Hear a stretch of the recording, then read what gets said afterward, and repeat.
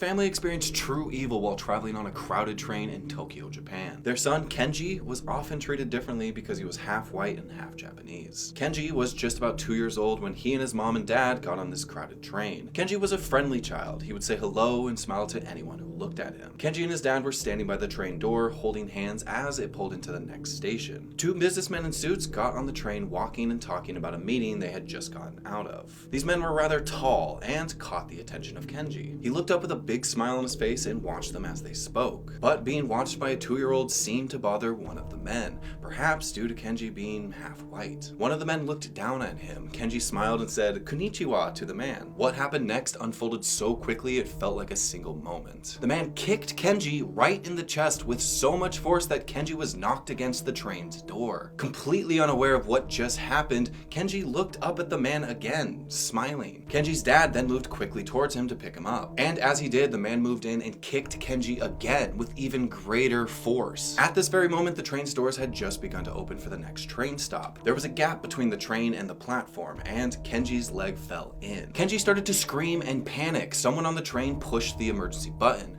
People started to scramble to get away from the scene, and then the family witnessed true evil. Both businessmen started laughing hysterically at the toddler stuck between the train and the platform. With the help of a few strangers, Kenji's parents managed to pull him out to safety. Kenji's mom picked him up and ran for the police station office to alert the staff or police of what just happened. Kenji's dad wanted nothing more than to beat these men within an inch of their lives, but instead hesitated. He knew that if he did, he risked being deported due to being American and being a foreigner in the country. As he held back more rage than one person should ever have to feel in their life, he got off the train and ran to catch up with his wife and Kenji. They were able to file a report, but they were left disappointed to find that the police didn't seem interested in pursuing the case since Kenji wasn't seriously injured. The family went home and began to tell their family what had happened that day. One of those people happened to be Kenji's uncle, who owned a chain of bars in Tokyo. Because of this, he had a very strong relationship with the Yakuza gang. When Kenji's mom and dad first got married, it was a bit controversial in some parts of his mom's family because his dad was a foreigner,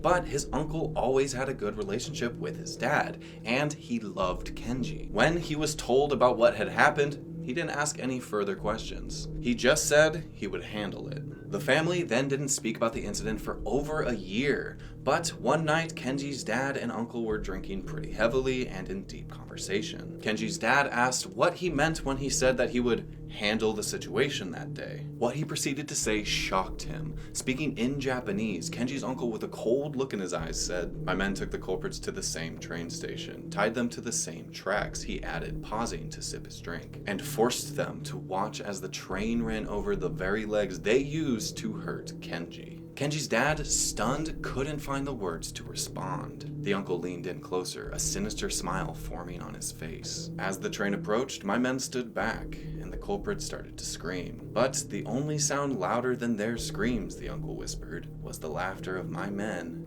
echoing through the station.